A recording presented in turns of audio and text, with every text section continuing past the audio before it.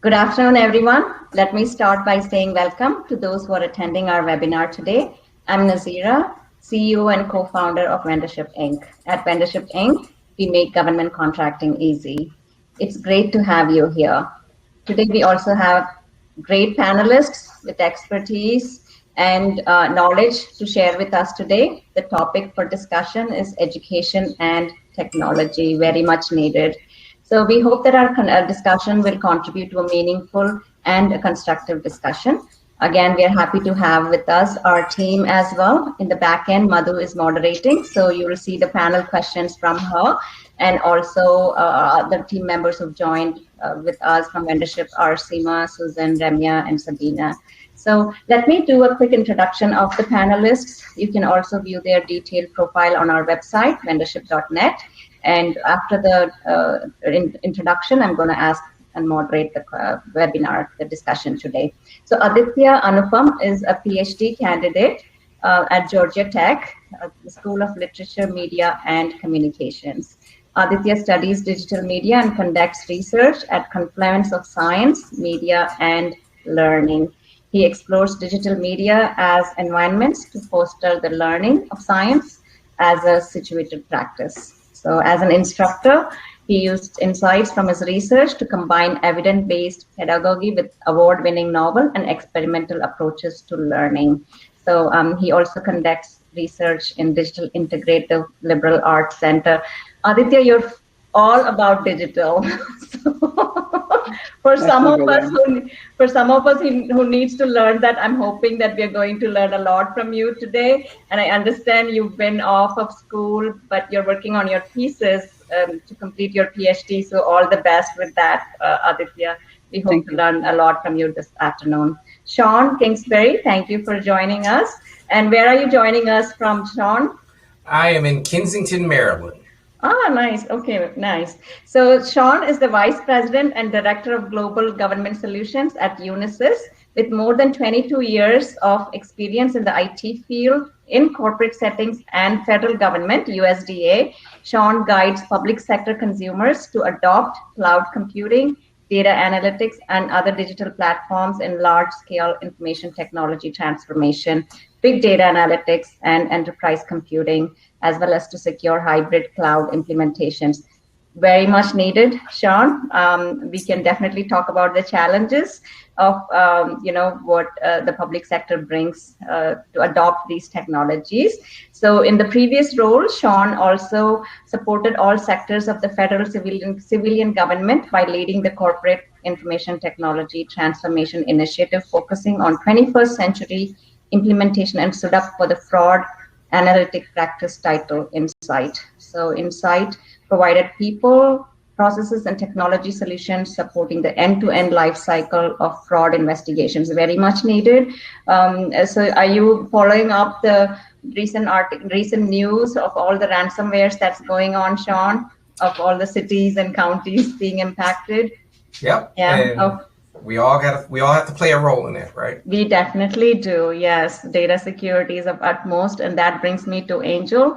Angel Mosley is the global security risk manager at Brinks and founder of Cybersecurity Game Changers.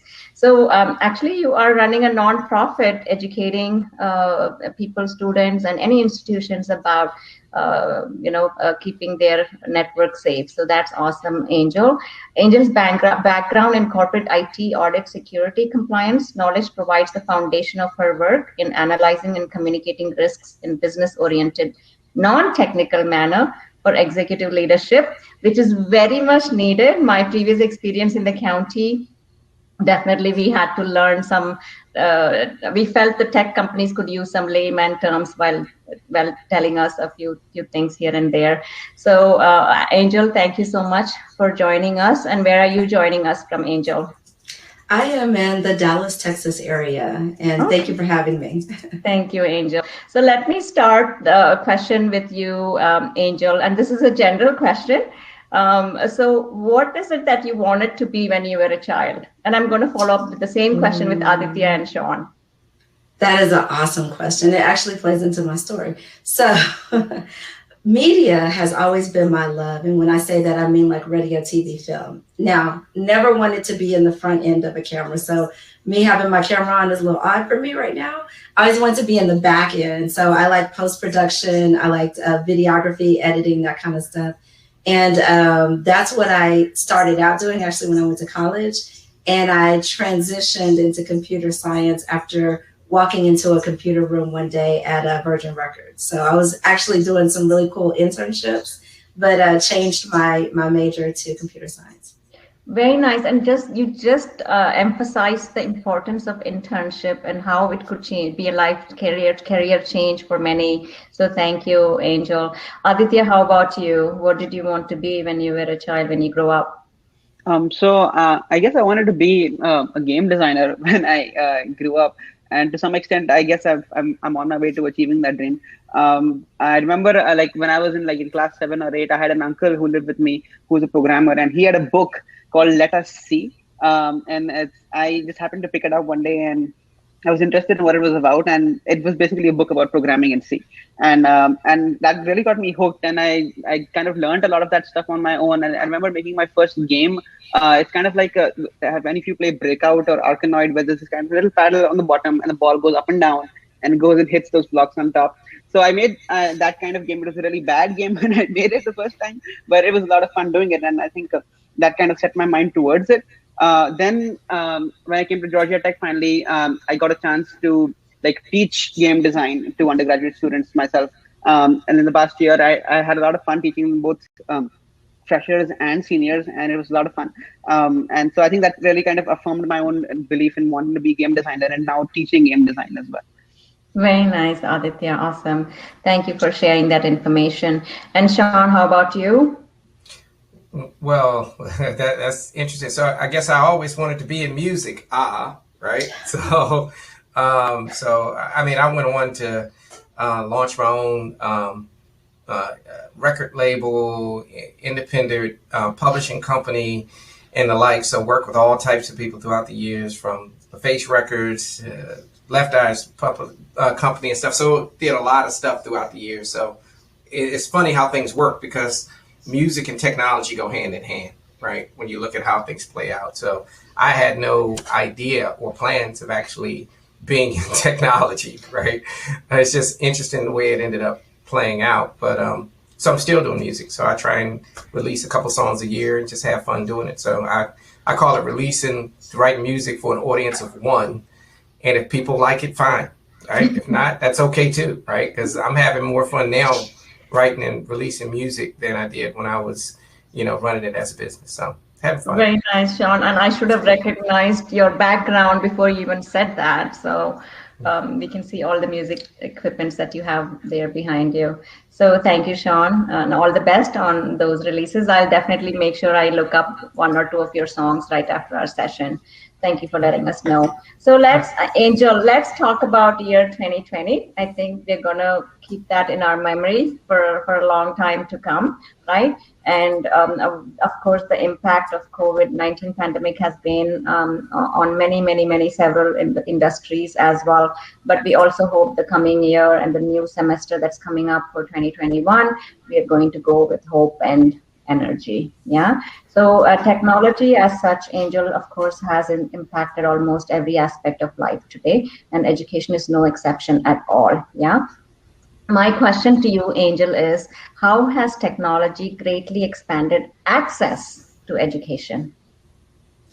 That's an awesome question. So as we all know, the schools having to go into a virtual learning, they were not prepared for that. So you have things such as the digital divide. That is a real thing. Certain parts of town, the bandwidth is just not there. So even right now, in certain areas of the Dallas-Fort Worth school district, there are students that get online, but as soon as they turn their camera on, their internet connection drops or something like that, or it gets low bandwidth. So overcoming those challenges, right, was one of the first things, as well as making sure the students had actual devices that they could plug into to get online. Technology has helped in that, right? It kind of started with the problem, but the solution is that we found workarounds, right? So maybe you download it on your mobile device if you don't have a computer.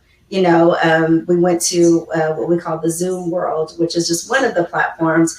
The classrooms were already using Google, such as Google Hangouts. So that's an app that they can download on their phone. So we did find workarounds, and we're still finding those workarounds, as well as technology is adapting to the needs of some of the schools. Decided that now that they've gone 100% virtual, when they come back, they may not come back 100% in person. So there may be a hybrid model that the students can choose from, where if they want to stay at home and continue learning, they can. And so technology allows for that. Very good.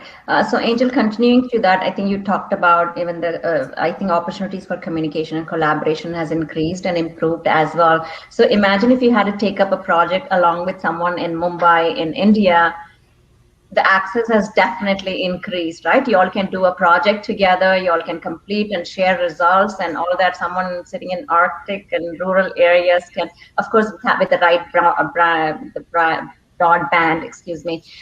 would definitely make several things much easier. So definitely the access has improved. Yeah, right, Angel? Definitely, yes, ma'am.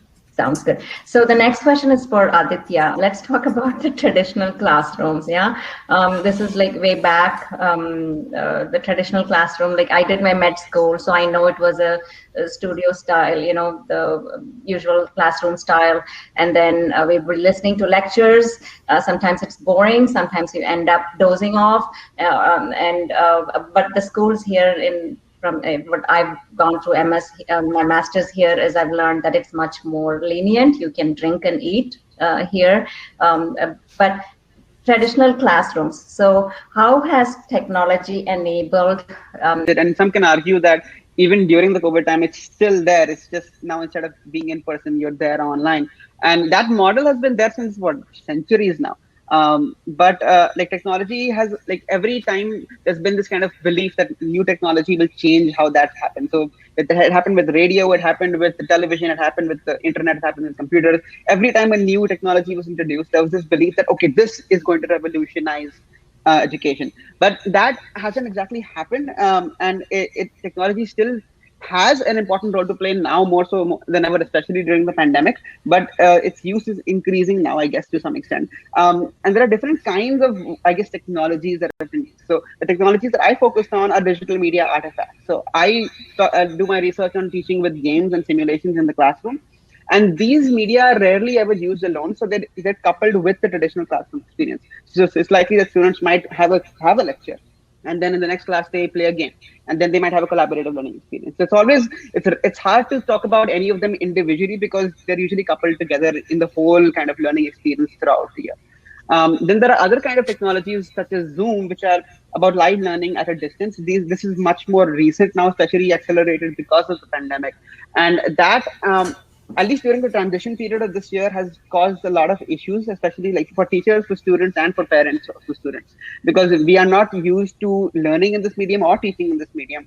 And so this patch has been rough, but there's a kind of concrete kind of belief that as we get used to this medium, if this medium persists over time, we'll be able to iron out all the chunks and the problems, and then it might become more comfortable later on. It's especially really useful for students who are who have the physical disabilities, for example. I can imagine that a digital medium for learning is very, very useful for them. And there are other advantages as well. And then there are kind of media which are online courses. So they aren't necessarily synchronous. They're not live learning, but the courses are posted online. The videos are posted online, and you could participate at your own time, at your own will. And this online course, I guess, system was it was envisioned to revolutionize education, just like as it was before. But what has it turned out that most of the people who use these online courses and who most importantly finish these online courses are those who already have bachelor's degrees. So it was supposed to help, the poor child in India or in China get access to world-class education from MIT or Harvard. But that never really ended up happening because there are many more factors that go into an educational experience than just the technology being there. There's also access to technology, I guess, which Angel is working on. And also what is happening in the student's environment. If a student is having to support their own family due to monetary issues, then there's no way they can learn an online experience. So there are a lot of factors that go into that. So these are the kind of different ways the technology has permeated education now. in today's world. Very well said. Thank you, Aditya. Definitely, we only talk about online learning management system. We just think about, hey, yeah, Zoom and curriculum. We never think about the gaming way of medium and teaching. So very nice to bring that digital aspect of learning. Sean, the next question is for you. As Angel and Aditya alluded to, of course, technology has really helped, but also is changing the roles of teachers and students and the learners. Or so we see the teacher's role as being the guide on the side, yeah, or students take more responsibilities. Now they have all the materials online. They get the relevant information online themselves as well. So how do you think the schools and universities are beginning to redesign their learning spaces to enable this new model of education? And the other question that I want you to respond to is also, is technology an enabler or a replacement of the teachers? Okay, very good question. So first I go to the end and then go backwards. So business drives technology while technology enables business to meet its goals and objectives. So technology is always going to be an enabler, a supporting structure, and at multiple levels, right? To be able to enhance not just learning, I mean, because this is systemic across the board, right? Not just education. Education is a great use case from an industry standpoint of how technology and it can increase and enhance the learning experience. But now let's go backwards, right? So I had oversight over. So I was also the CIO of the Recovery, Accountability, and Transparency Board. So I had oversight of the $840 billion of stimulus funds and had to stand up recovery.gov and federalreport.gov. But the key there was interesting things were supposed to happen, right? When you look at what the funds were supposed to be, the funds were supposed to stimulate the economy to create jobs. But in essence, let's talk about what that means, right? In essence, back then, when you went to Safeway, you had one self-checkout, right?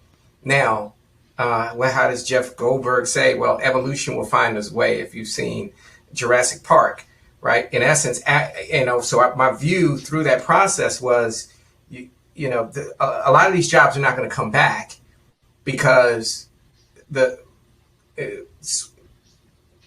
independent company owners are resilient. And the ones that survive for a reason.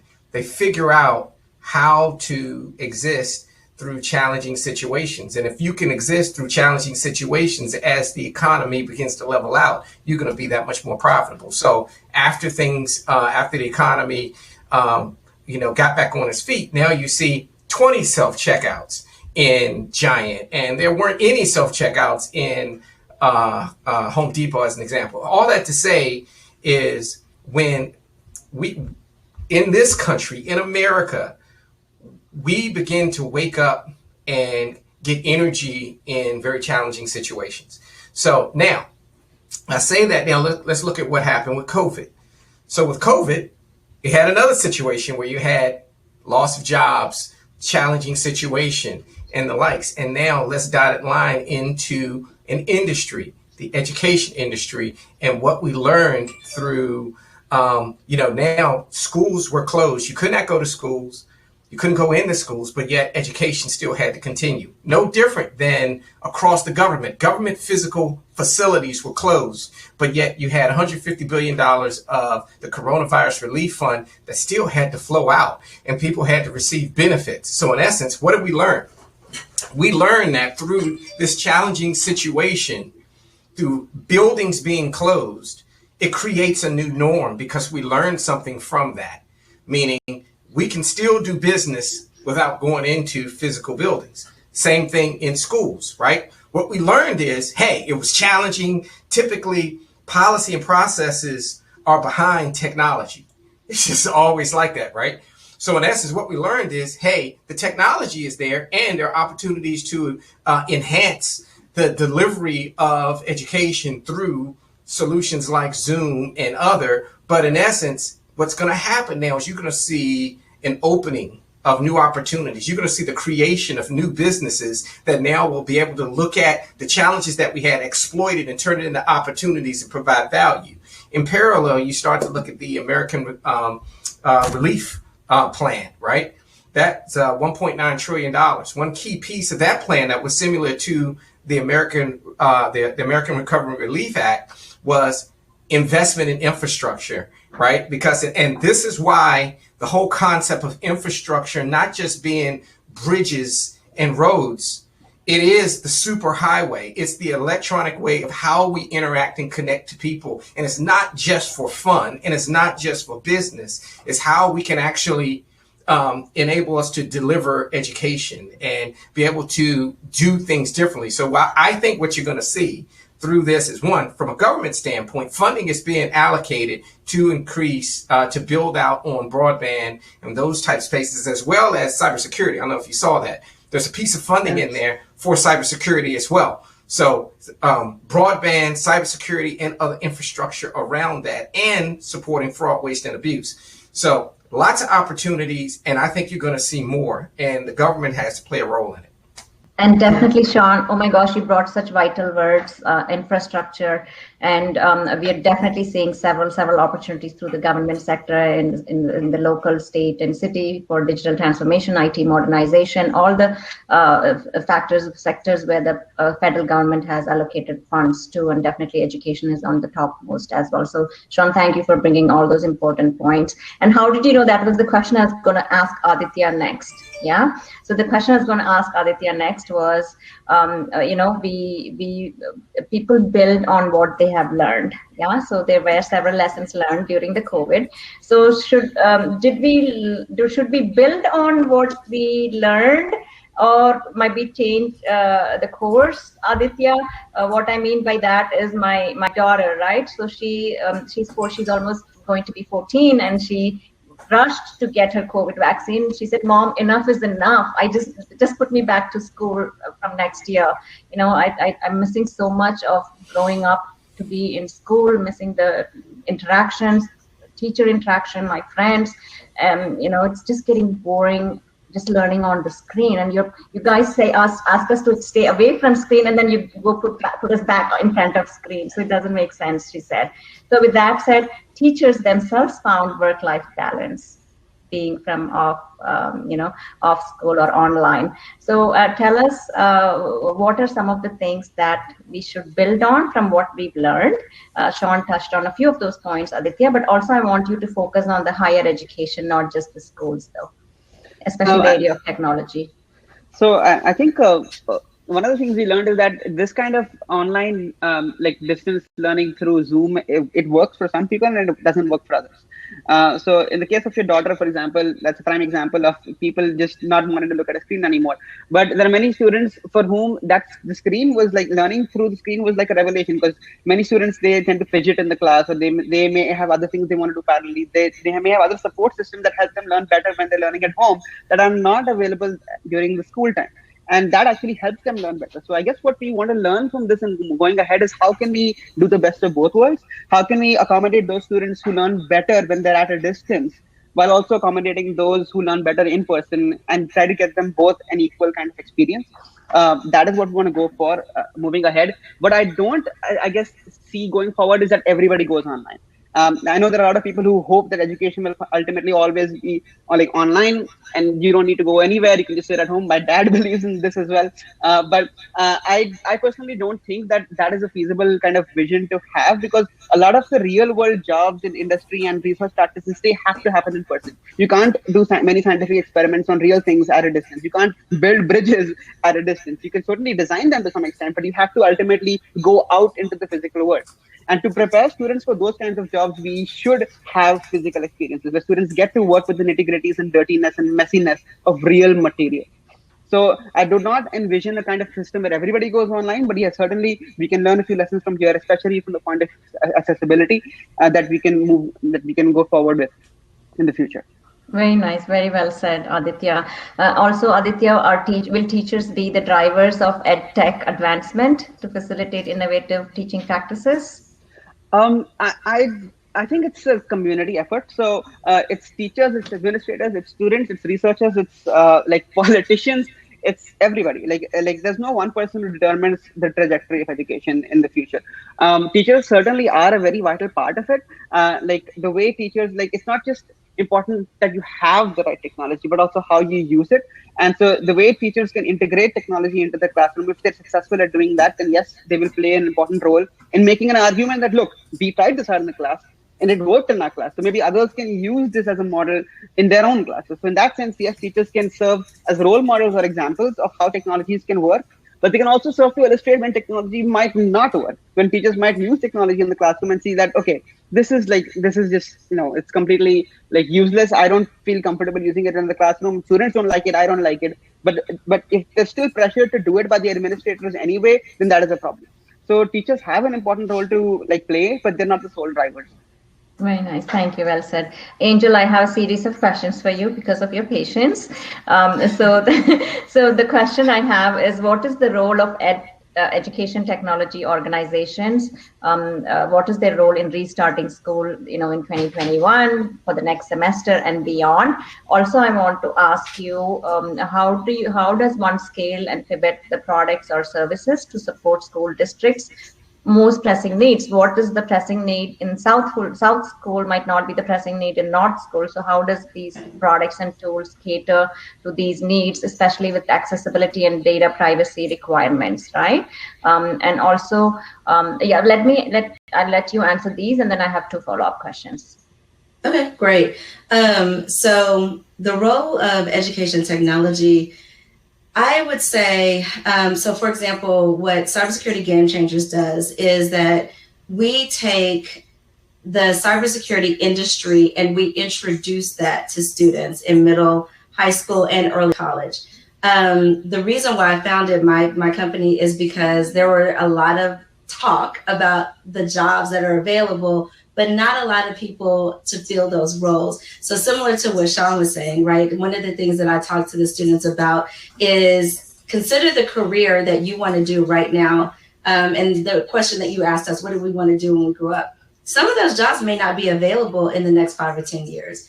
So I talk about the self-checkouts, right? And those types of things. So exposing kids and students to those types of careers that are going to be sustainable, the data privacy, the cybersecurity, the governance, risk, and compliance type jobs that are coming out, not only from an educational standpoint, a government standpoint, as well as an industry standpoint. So cybersecurity and technology is one of those things that spans across all industries, regardless of where you sit, right?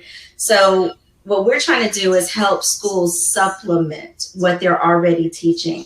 So for example, in Texas, there is, it's a couple of different things they have, but one is a CTE, which is a career technology education center. And so that takes certain pathways such as cybersecurity, aviation. There's another one that has to, and I can't think of the name of it, but it has to do with robotics and those large industries like the ones that build cars, right? So teaching kids those types of skills that are going to be sustainable. So specifically for cybersecurity and technology, we want to partner with the schools to not only deliver the awareness, the education, but also do an assessment of their interest and their aptitude so that we can pair them with mentors, and that will also help them be successful in the industry that they choose to go in. So for example, those CTEs offer specific courses that when they graduate high school, they can actually have enough certifications under their belt where they can go directly into the workforce. And so EdTech should want to partner with the school systems and the school districts to help bridge that gap between, if they want to go to college, that's an awesome thing. Let's talk about what classes you want to take when you get to college to go on this trajectory. But we know college is not for everyone. So what we're trying to do is partner with schools to say, back when you could get a cosmetology degree or a welding certification, and right in high school, go directly into the workforce and make an impact. That's what we're trying to bring or help, because the initiatives are already there. So we want to partner with the schools to funnel that and then usher that into existence and make sure that the students are trained as well as have the experience, right? Because we all know you can have X amount of certifications, but if you don't have the experience, it's hard to get hired. So give them the certifications along with the experience so that they actually can get a job. So I think that is definitely the future of EdTech. And then the second part of your question was about the data privacy. Yes. So data privacy. So specifically, there's a federal compliance called FERPA, right? That talks about data privacy, not just for students, but also for teachers and things like that. What we do is we make sure that from a regulatory standpoint, data to companies to make money out of. And what I teach the students is your data is gold. Right? This is a new form of currency is your data, because people want to use that data to market to you. They want to use that data to develop new products. They want to research that data and use it for analytics to see how you transverse on the internet, what your searches are and all of that. So all of that information is very valuable.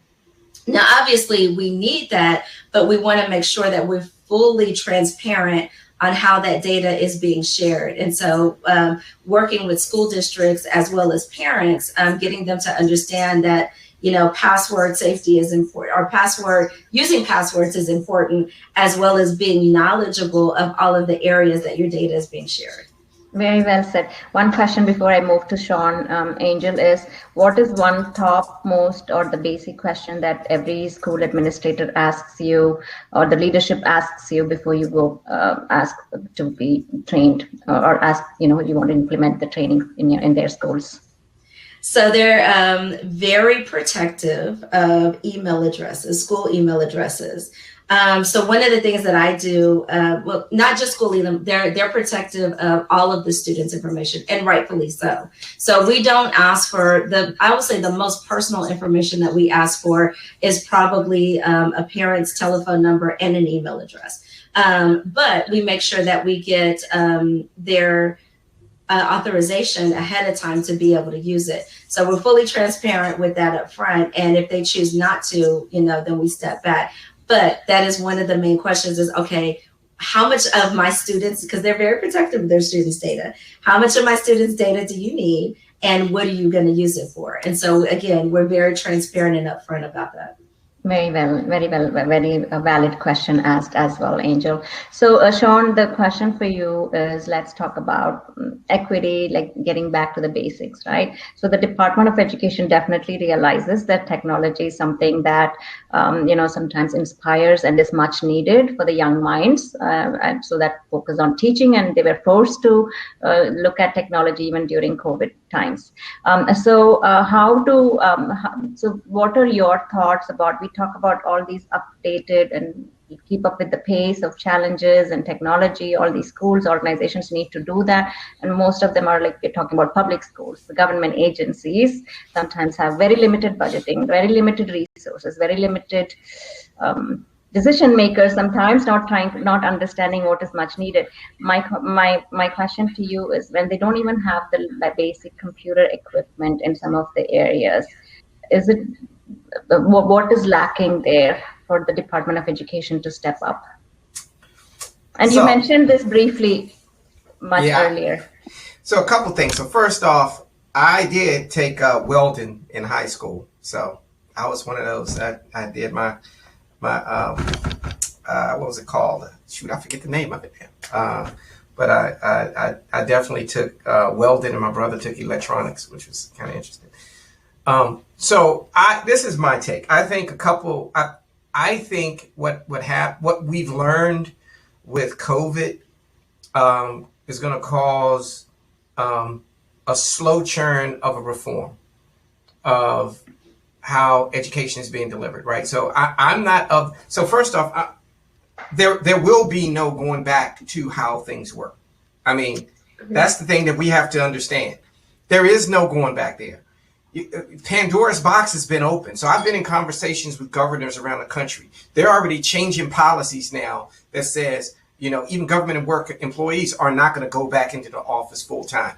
They're changing leases on buildings, right? I mean, corporations are divesting real estate, right? So when you start to look at that space and you look at what we've learned through, because it's not, to me, this is, okay, I'm coming up with this, right? This is distance learning 2.0 or 3.0 or whatever you want to call it, where you say, hey, now we've learned that something that has been delivered for years, because we've already had CBTs, right? Computer-based learning and those types of things been delivered for years, right? And folks use that to get certifications.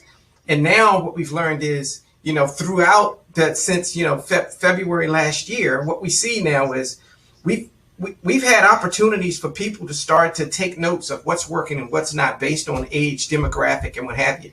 And we also learned something else. So my son, he started Embry-Riddle. He just finished his freshman year. Now, something really happened. Look, I'm very proud of my son.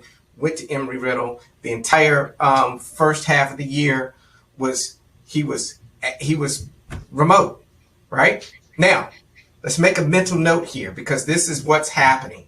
Now you start to say, for school, for university, that you're paying serious tuitions for, right? In essence, you're getting that same education in your house, right? So in essence, there's a reform that's going to happen. No matter you can't unbox that. It is what it is. Now you start to say, if I can actually do this from home and I get that same degree, right? Why is it that I have to pay this amount for higher education? Right. So there's lots of things that are going to happen. So this gets into the how you start to look at economically and socially deprived situations where you say, now, how can I remove bias and have a common approach to have a deliver education? Right. Now you start to say, hey, start to connect these dots between broadband getting invested. You have all types of grants, right, to be able to provide services and technology. I mean, this is an example. In certain cases, you had kids that didn't have high-speed broadband at home that would actually go with their parents in their car parked outside of the school so they could actually do their homework and get the sessions, right? Or so a McDonald's or a Starbucks. Exactly. So when you start to, but again, I don't look at any of this as bad, because all of those are building blocks that gets into a better solution. That's what I said. You're not going back. Now what you've learned is, one, there are opportunities to begin to make an even playing field, to provide opportunities to folks that are socially and economically deprived, to be able to now say, hey, you know what? I can do this. And now, hey, maybe I can get an education and I don't have to pay the huge tuitions, and I can actually get the services to be able to do what we're doing now. So what I see is the education system in public schools. I see that changing. I don't see the typical, I'm just getting on my bus, going into school, closing the door in my class, change classes. No, I see that changing and starting to begin to bring in digitally teachers that are not within the county, right? Services and opportunities for education that don't exist today in some of the school districts, because now you get into what they call green school districts and red school districts, right? And now you start to, and a lot of that gets into the types of teachers that are actually going to teach in those districts, in those counties. Now you can start to source those in, and in class, maybe you're now starting to get some of these other higher education folks and services to be able to have programs that don't exist today. So I'm seeing that as a challenge on the government side, but I'm also seeing services and creation of new businesses to be able to exploit what we see today that are deficiencies that can now turn into opening what's, from my perspective, the most important resource in the country, which is our children. Definitely. Wow, Sean. And you know what you just described is what happened even in our own company. We had an office, a physical space, and then COVID hit. We realized we were doing much better off virtually. So we gave up the office space. And we've been, since a year and a half, we've been doing and virtually the work that we thought could be done only with having an office. So I think you're sort of bringing that same analogy in the school systems as well. And in our company, there's no going back. Like, I don't want any of our team members to leave their family and kids and go back and sit in the office space when we're all doing well virtually. So yes, very valid point. But that comes back to the question for Aditya, right? So Aditya, there are several technology products for the education system that's available. So what should schools or higher ed consider as a priority while selecting a new technology solution? It can be different, might be not just Zoom, but maybe there are several other technologies that are needed. And what is happening in the classroom, Aditya, that cannot be duplicated by a computer? I see that those are really interesting questions. If you talk about K through 12, for the first question, I guess what's most important, at least, is that the technology that is there is helping teachers do their job, and kind of it helps them like prepare students first of all for the standardized test system that is already there. But in general, it aligns with the curriculum. Like that is perhaps the most important part, and most technologies are already starting to do that. The second, of course, is the cost. There are like it's easy to like really want to pick up the latest new thing and just use that in the hopes that it'll work. But we want to have more research-based, evidence-based kind of technologies that have a history of research on multiple different kinds of classrooms before we adopt that. So adopting something that's fresh off the off the shelf without having any research behind it is not something that I would recommend. On the other hand, there are software there are AI tutors like Mathia, for example, that have over 20 years of research that have gone into making them, and also not just making the tool itself, but a curriculum around the tool. And those have seen significant improvements in classrooms before. So those kinds of technologies that have that research behind them, those that's important. So research is very important, cost is important, and alignment with the current goals is important. These are, I think, the three immediate parameters that come to my head. As far as your second question is concerned, what is it that technology can do? What is it that technology or computers can't do that you can do in the classroom? Well, that is that the answer to that question will change as time goes on. If you talk about the current technologies that we have right now, I have noticed that social interaction, like group interaction, is not as smooth, I would say, as it would be in person classroom. So when I was teaching my course on game design, I had a lot of group activities. So I remember an activity in which I had students submit a homework assignment which had two parts, and then I reviewed the homework assignment before my class the next day, and I saw that half the students got the first part right but the second part wrong, and some of them got the second part right and the first part wrong. So then I paired them up, and then I went to class and I paired the students together and say, okay, you teach each other. Okay. And then I walked around the class and I listened to the conversations, and I didn't really have to teach much in that class at all because students managed to teach each other all those basic concepts. And doing something like that is much harder to do right now in the digital space than it would be in the physical space. So, but that doesn't mean that technology might not get there. I just don't see it happening in the short term. So does this mean what you just mentioned, the response you gave, does this mean tech might be preventing great analog thinking and learning? If it's used as the only resource to teach, then it might. But like I said before, most of the artifacts are not used alone. They're used to complement existing approaches, and they're not the sole focus. If you exclude Zoom for the moment and talk about just technologies that are used in the classroom. So in that sense, as long as we are aware of the limitations of technology and say, okay, we know that this can't help online group interaction as much, so let's not use it for that now. Let's use it for other things. Resource management, online assessment, all of those things that it is good for, and do the other thing physically in person. Very nice. Thank you so much, Aditya. Well said. Sean, the question to you is, and maybe I already know the answer, but I'm still going to ask, when should one integrate technology, right? And and you're right, yeah. So the capital investment in going into colleges, we did have online colleges, even for public health system. I did my public health master's in UNC Chapel Hill, and I'm thinking, oh my gosh, all these online classes, executive online MBA, and all these are coming up. So does that mean they already knew that it can be taught online? They didn't need a physical building for schools? Well, so again, let's look at government in general. Government reacts when it's a fire. that's when major change happens, right? Everything, put this off. Sounds good. Good idea. Yeah, right. But when it's a fire and you have to focus, that's when reform comes. That's when change happens. Now that's it happened here, right? So it's not I think the whole conversation of when do you use technology, right, to solve a business problem? Because of COVID, you have to now look at that a lot differently because of what we've learned. Because now basically it calls you to do R&D.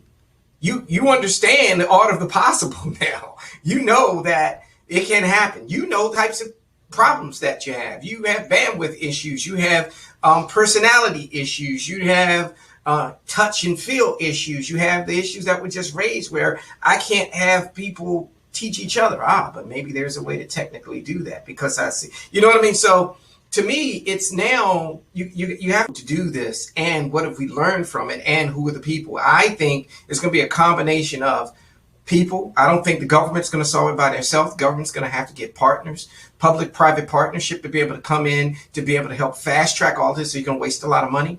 Two, whenever you get into this space, there's an incestuous connection between technology and security. Like was mentioned earlier, I always said, who owns your digital DNA? Nobody, right?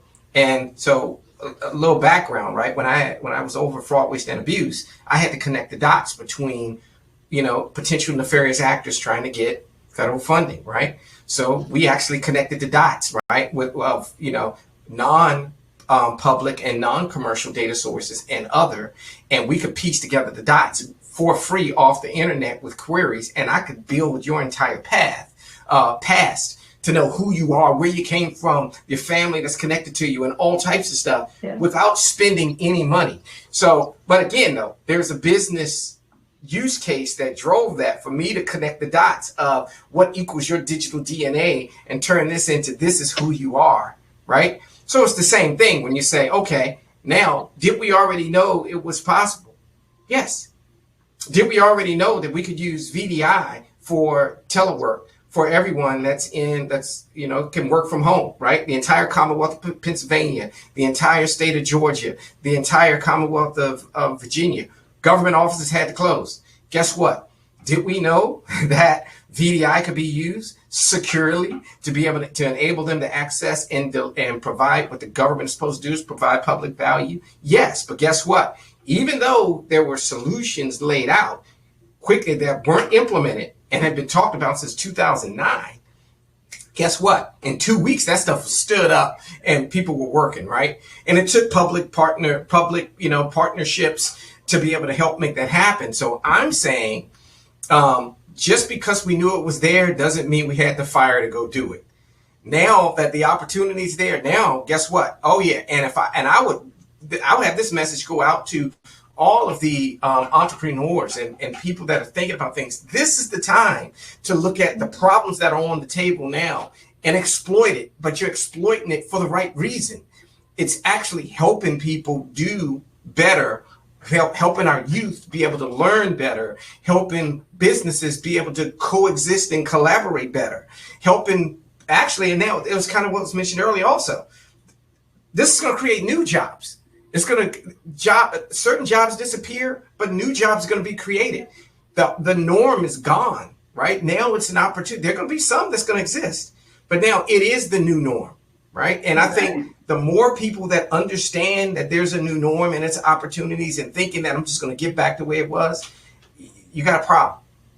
Definitely, Sean. And the question that I was going to ask was, so there are certain groups of people who oppose technology, yes or no?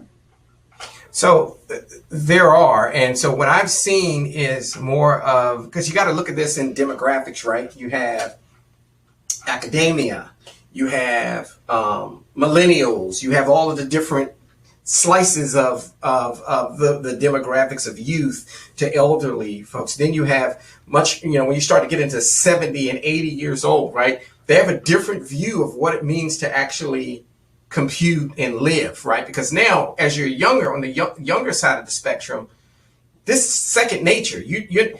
your phone is in your pocket like your wallet, right? That you don't, it's part of what you do and how you live. It's not necessarily looked at as a device. This is just what I do, right? So in essence, there are some folks that are say, I'm not ready to embrace technology, but I think that is a specific demographic and typically a lot older that are can't get their head around how to do this. But in the older demographic, you still have that the fresh minds that's ready to do things differently and be able to do better and understand better and connect better at their age, because now they can do more embracing technology than they could if they weren't, right? Yes, very well said. Thank you, Sean. So, Angel, have you had parents ask you whether the technology threatens their child's security, and how do you safeguard even student data, and how do teachers, are you comfortable from the schools that you've seen and that you know very intrinsically about how the cybersecurity works, that the school could do much better in data sharing with other stakeholders?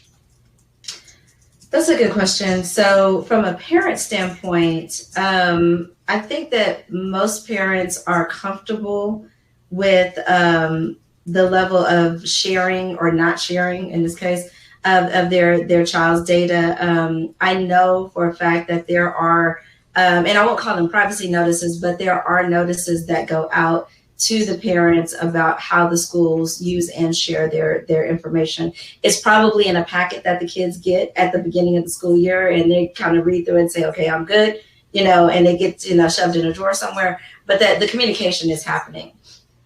And then from a school standpoint, they don't really share data. I mean, it's honestly, the school districts that I've worked with, it literally takes, and I'm going to say an act of Congress, as using that loosely, to actually get students' data. Like they vet that very, very seriously. And honestly, I think the school districts have done a really good job on training the teachers not to release that information as well. So what the teachers will say is, send me what you want to send out, and I will vet it, via whatever system they have to vet it. And then if it gets approved, it'll get sent out. But as far as that sharing, it's just really tight. And I like that. That's you have to respect it, right? You have to respect it. Sean, I was going to share with you though, my mother is 70 and she does quite a bit of work with my nonprofit organization.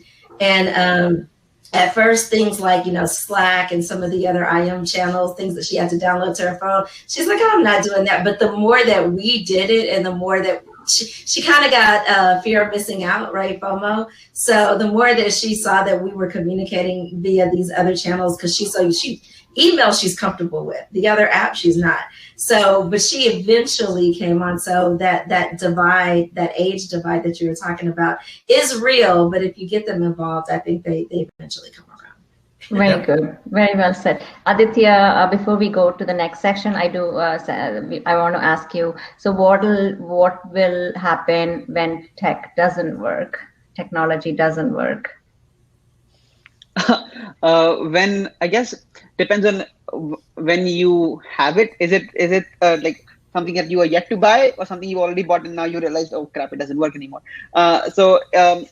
When it doesn't work, see, there is a rich body of literature in educational research for teaching students without technology, and there are many strategies that are there, that like project-based learning, problem-based learning, collaborative learning, lots of different techniques, I guess, are there already available to help students learn. And technology is, I guess, an aid to that. So when technology does fail, and it is possible, at least within the classroom, that there are other solutions available, like non-technical solutions available, for which maybe you realize you didn't even need a technology in the first place. So like I think what Sean said, if there's no need for a technology, then there's no point in using it. If you have technology and then you try to find the problem, that's the wrong way of going about the whole situation. So you want to have an actual problem that non-technical solutions are not able to solve adequately, that technology can then be designed for. And but if you have a technology that doesn't work and it wasn't meant for the problem anyway, it's not a big issue. Very well said. So the next section, I'm just doing a quick yes or no. And if you're saying yes, and I'll ask each one of you with the statement. And if you say yes, why? And if no, why? So I'll start with Sean. Yeah, Sean. So hybrid model, which is online and in person, will provide flexibility day by day. Yes or no? And relevant. Why? Yes. And why? Because Pandora's box is open. We've proved that it can actually work, right? And it becomes more efficient. And it's all of the pros that we get out of that, of being able to have time with your family, being able to have still almost, it's almost a kid's work-life balance, right? It's kids at home and kids in school and still being able to interact, right? So to me, it's a win-win. Because now it's more time with the parents. Now it's like, oh no, he's in the house with me now, right? So there are challenges there too, right? Because now the house turns into a school. But that would be my take. I think it's a yes. Yeah, I don't know if I've said this loud, but I would hate for my daughter to go back to school. I was enjoying the fresh lunches and going out on walks when she had 10-minute breaks. So yeah, so I'm gonna miss that. But Angel, my next question is for you. Online learning will get more effective, more robust, yes or no, and why? Definitely. The reason is because, as Sean was saying, Pandora's box is open, but now, so because it's been open, right, we are now aware of the challenges that are out there that we've had to, one, face, to deal with, and second of all, or third of all, try to overcome. We have, I'll say, piecemealed some things together for the meantime. But from a technology standpoint, again, what Sean was saying is this is a great opportunity for people who have an entrepreneur spirit to understand what those challenges are and then come back with some solutions. So and then going back to your earlier question, from a hybrid model, I'll just briefly speak on this. So we have a summer camp coming up, which is being offered in a hybrid model. So from a provider, it works awesome for me because I get to have the kids in front of me, which I love teaching in person with social distancing. We got the big camera up on the screen, the monitors, all that fun stuff. But I get to offer my services to a much broader audience because I'm offering it virtually. So not only in a classroom in the southern sector of Dallas, but also potentially all over the world. With the right marketing, then I can be able to deliver that service in a hybrid model. And it challenges me as a provider of how am I able to do that and make sure that if there's something popping up in the chat, as well as somebody next to me asking questions, that I'm able to pay attention to both and address both. So it brings some interesting challenges, but it's one that I think the right company, the right set of people should welcome and definitely solve. Very well said. Ditya, so more budgeting is needed for experimental research and initiatives towards online learning, yes or no? Yes, for sure. Considering how how novel it is, like in the sense of the scale at which it is happening right now, there's definitely room for doing a lot more experimental research to see what works, and that would be essential to make the kind of technological solutions that Sean and Angelo were talking about, to make them available at scale and to find those niches where technology can really help teachers solve the problems. I think it should be funded. Okay, very nice. Sean, giving special attention to professional development for the administrators and teachers, yes or no? Yes. Why? Well, if they're going to be leading, right? I mean, it was an interesting point was made that, technology isn't a replacement. So you still have to have educators that are real educators. And if you're a real educator, you'll be able to shift, and you're not just going through a widget menu to deliver the education solution, right? Or the curriculum. It's a real educator. So the more you invest into the educators to be able to, one, understand the art of the possible so they can now enhance the delivery of their curriculums, the better off the kids are going to be the ones to benefit from it. And to me, that would be an awesome opportunity for the government to invest in from a funding standpoint in educating teachers of the art of the possible and starting to look at ways to enhance the education experience of kids, not just in great areas, but also in socially, economically deprived areas as well. Very well said. And from what you're saying, Sean, I can see vendorship as our business itself growing, because we try to bring industry innovators to government agencies to make sure there's a good fit and respond to the correct RFPs, so that the government has better solutions as well. So thank you for that input, Sean. But I think we are on time to end the session, but definitely want to review, if you can give us some 30-second closing comments, each one of you. At least I've learned a lot, especially about the Pandora's box. Lots to think about, Sean, Angel, and Aditya, what you've just said today. There'll be a lot of follow-up notes from us. So Sean, starting with you, 30-second closing comments, please. Well, so to me, I mean, certain people may not agree with this, but I think this is an exciting time to be where we are today, right? Meaning we have the opportunity now to fast track what I'm calling digital transformation, right? And it's not specific to a industry. It's being able to understand the I'm going to say the digital divide, or the connection between technology and people and business and processes, and how we can, specifically in the education side, to enable to be able to break the boundaries of bias, and being able to provide consistent services and education between economically deprived locations and higher income locations to now, and the only thing that's going to benefit from that is the kids, right? So, and then they are tomorrow, they are the future. So the more we can do that, the better off we're all going to be. Very well said. Thank you so much, Sean. Angel, how about you? Closing comments, please.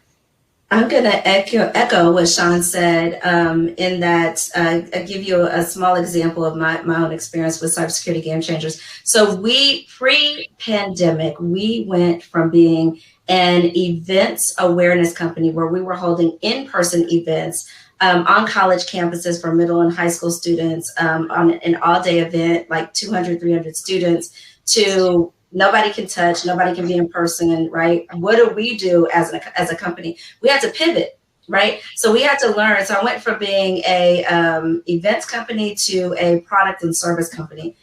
What product do we have? What service can we provide? And we had to quickly shift our business model and figure out, how do we still deliver our core services of making sure that students in underserved areas, right, still get the information that they need and get that hands-on experience. So this is an exciting time. This is what I'm echoing. It's an exciting time for nonprofits and for-profit companies that deliver educational services to rethink what they've always done and be able to step into the new norm with the digital transformation, and keeping in mind that digital divide is a real thing.